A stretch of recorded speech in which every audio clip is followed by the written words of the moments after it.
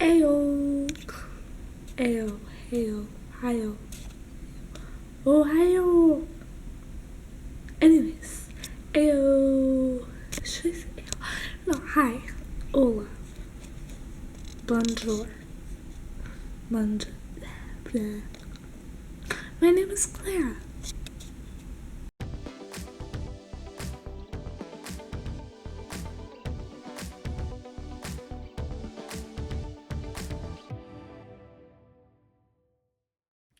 Kiss All the Time, Disco Occasionally is a perfect album. And this is why. Okay? I have tried, like the nerd I am, to memorize track lists. I never really got onto it. You know, I'm going to be honest, I haven't sat down and been like, da da da da da. But I oftentimes try to recall like very important albums that have been in my life for a really long time. And something will like stump me along the way. I will hit bumps and roadblocks. But within the first 2 days of listening to Kiss All the Time, Disco Occasionally, I realized that I knew the track list without even trying to memorize it because it is perfect. It is storytelling wise, sonically, like it is a perfect order. Okay? So here's why. Let's dive into it. We start off with Aperture. Number one, I cannot tell you how important it is to me that Aperture is the first song on the album and the first single. I am an album purist, okay? And sometimes, not as much as other times. And I am a Gen Zer, so I do be streaming. But when I am experiencing the music for the first many times, I want to hear it in the album so I know what the full project is. Like the album in of itself is the art. And then all of the songs are like chapters, right? I think in our like fast-paced media and everything, we treat the song like a song as a full piece, but it's just a chapter in the larger story. That's the album. Okay? And so I truly view it that way. When I hear a single that is like track 8 or something, and that is like I'm spoiling the story. You don't do promo for a book and release chapter 13. You're gonna release like the prologue or something. You're gonna release like a little teaser. That teaser isn't gonna be chapter 13 because there's like some scene in it that everyone's gonna want to read. Like they think that'll be the chapter everyone likes the most. No, you're gonna. Why would you ruin chapter 13? That's how I feel about albums. Okay? That's how I feel about albums. Singles bother me. Very, very, very satisfying to have single number 1 and single number 2 be track 1 and track 2 on this album, for me personally. Okay? But also Aperture like sets the tone for what we're gonna have in this album in a really beautiful way. So that's our starter. And then we have American Girls, which again, second single. And then we have Ready Steady Go. 3-song run.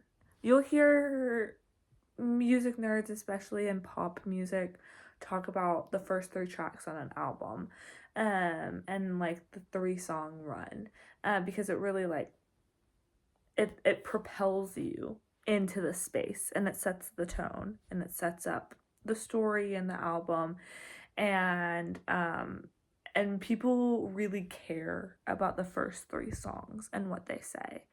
And so this is like banger after banger after banger. And it's like, okay, we are here to dance. We are here to party. I'm taking my clothes off, like whatever. But they say that the fourth song is the hardest to pick because of this 3-song run. So, how do you transition out of it? Are You Listening Yet is the perfect fourth song. Insane work. Insane work. Are you kidding me? Are you kidding me? Are You Listening Yet is so good because it keeps the inertia going. Banger, banger, banger.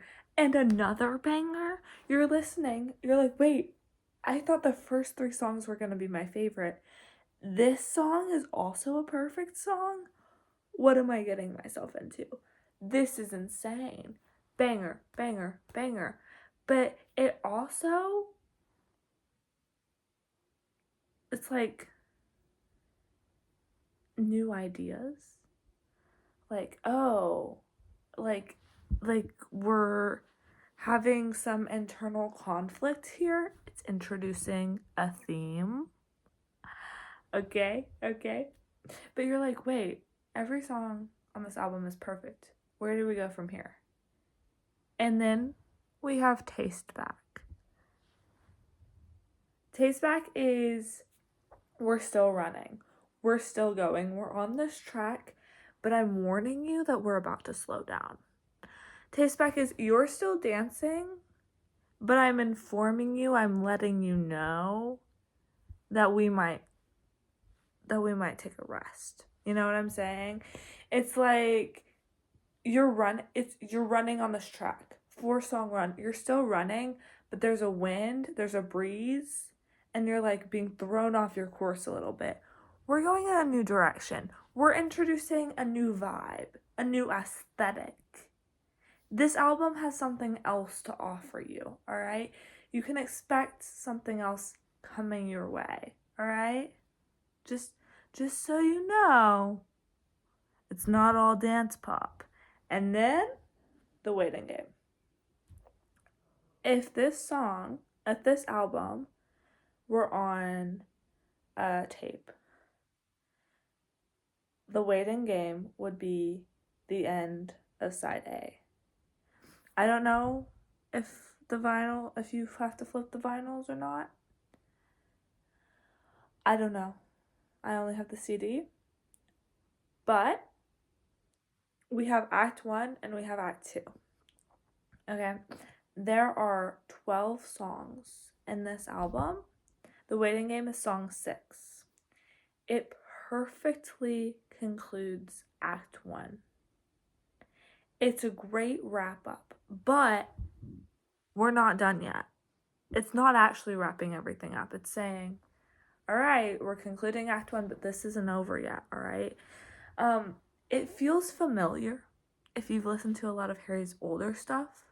This is grounding. This is like, okay, I've been experiencing a lot of new sounds, a lot of experimental music, things I'm not really familiar with.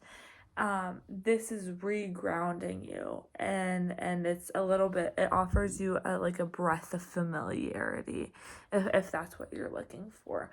So it's sort of, yeah, it's like we can imagine being here before, if that makes sense. And then end of Act 1, beginning of Act 2, Season 2 weight loss. Literally the perfect start of side B. Oh my gosh. It's sonically a great introduction. Lyrically, a great continuation. Right? It's like, lyrically, we've, like, sonically, like, hello, welcome back. Lyrically, we've been here. All right? It's recentering that theme of like self-questioning, self-doubt. We had it in Are You Listening Yet? Taste Back, The Waiting Game. This like, the narrator is questioning his meaning. It's recentering this narrative that we have of like, what am I here for? Self-discovery, self-questioning. Yeah. Oh my gosh. And then track 8 is Coming Up Roses. Track 8 is Coming Up Roses. And now this season 2 weight loss brings the energy back up. So we have the waiting game is slow. Season 2 weight loss, building it back up, but not that high, because Coming Up Roses is a slower song. And so we're not creating whiplash here. We're just creating an experience. And then we have Coming Up Roses, which is slower, but it's sonically a really big song. So like, it makes sense to be here. It could have been put with Paint by Numbers and Carla's song, but then we would have a 3-song run of like slower, more emotional songs, and then that would be like a bigger theme. But that's not what the album is. So it was important to disperse these songs throughout, and Coming Up Roses is a good song to disperse because it's sonically large, so it can like go with the dance pop a little bit more. It's less of whiplash.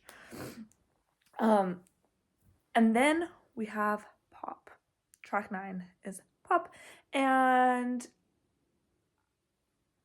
I personally was nervous when I was listening to Coming Up Roses the first time and seeing that pop was next, because my biggest qualm with Harry's House is the Matilda Cinema transition. It's whiplash, and it bothers me personally. And so I was a little bit nervy about that. But Coming Up Roses has enough high energy, and pop is enough, like, has enough of a similar vibe. That it's not whiplash. And then we have Pop and Dance No More. Pop and Dance No More as track 9 and 10 could be seen as like burying the lead. It's like these are 2 of the more popular songs. They're 2 like really great dancey songs. Like, could we have put this in the very beginning?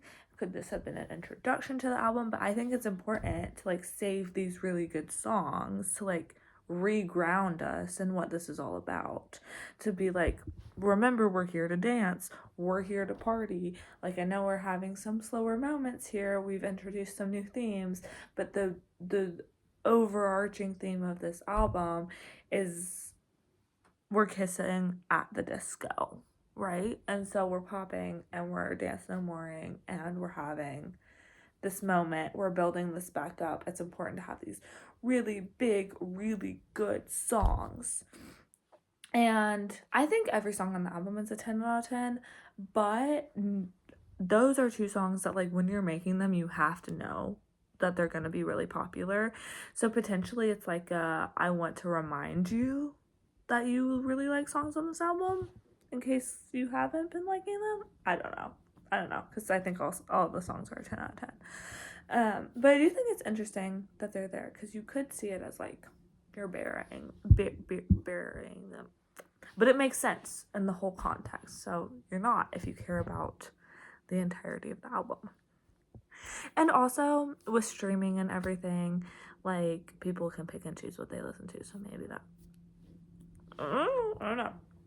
Okay, and then we have Paint by Numbers. I think Paint by Numbers truly could have gone anywhere in this album. I'll say it. I think it could have gone anywhere, but it does rely on the songs around them, because again, the whole like whiplash thing, you've got to make sure that you're setting a scene and you're allowing it to have its moment. I do think it could have been track 1. I think it would make a great track 1, except that it would be introducing the album as something that it's not. So, like, if the album were something else, it would make a great track one. But that's not what the album is. If that makes sense. And also, it could not have been the end. Because, like, if you think of an album as, like, writing a paper, the introduction is letting people know what you're going to say. And the conclusion is reminding people what you've said.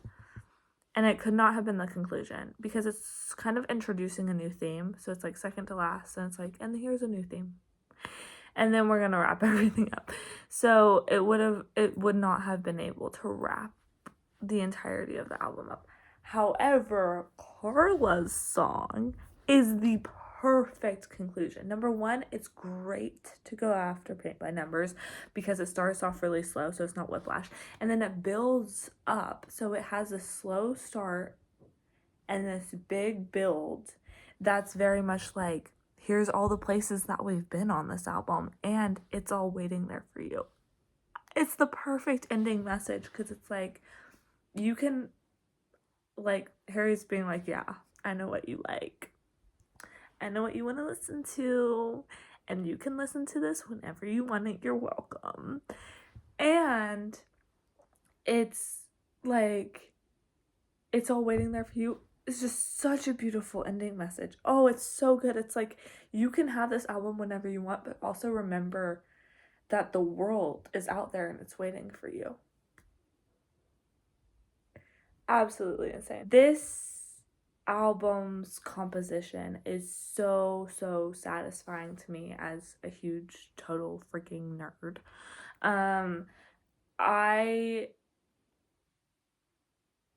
I have been brought a lot of joy by albums this year. I'm very grateful for that because I feel like we lost what albums mean with the introduction of streaming and the loss of physical media. I also think that singles kind of ruin the purpose of an album. So, like this year, Lux by Rosalia, Prize Fighter by Mumford & Sons are like two albums that really stick out to me. We also have a ton of new music coming this year, which I'm very excited about. But those are like the two that I was like, oh, I didn't know art could be this. So I'm very grateful for bringing back together like a cohesive art form. I think that albums as an entire body of work is really in response to like artificial intelligence, and also, you know, we know that art is subversive and really grows in times of political turmoil. And I think that like art right now is really having to respond to like the threats against it, and that people are really caring about the form at its center in a way that like when we're just chilling, when we're not worrying about much, I think art can become lazy. But when people have something to say and there's like something that they're fighting for, they start to put a lot of effort in what they create. And I think that's really beautiful to like be seeing that during a time where you might feel really scared or anxious. It's also nice to remember like the beauty of humanity through struggles. So yeah, that's sort of my wrap up of the album and why Kiss All the Time Disco Occasionally is a perfect album. I will say that I was thinking about this. I've been thinking about this a lot all week. It's actually Friday, so it's been 1 week of this album, of having this album. And I've been thinking about this a lot. And so today I actually shuffled the album just to see. And this is the order that it played in, okay? First of all, it was American Girls, and then Coming Up Roses, and then Aperture. And I was like, that low-key works. that low-key popped off. But then everything after that was kind of like, this doesn't really work. But Pop did play after season 2 weight loss at one point, and I was like, I'm gonna write down Pop after season 2 weight loss kind of works, but nothing else really did. So anyway, congratulations to Harry. Album of the year this year is going to be really it's gonna be a bloodbath. It's gonna be a bloodbath because in the past I've been like, I don't care about any of these albums. But this year, again, like I said, Lux by Rosalia, Prize Fighter by Mumford & Sons. This album, we also have the new Noah Kahan album coming out. I feel like we're firing on all cylinders.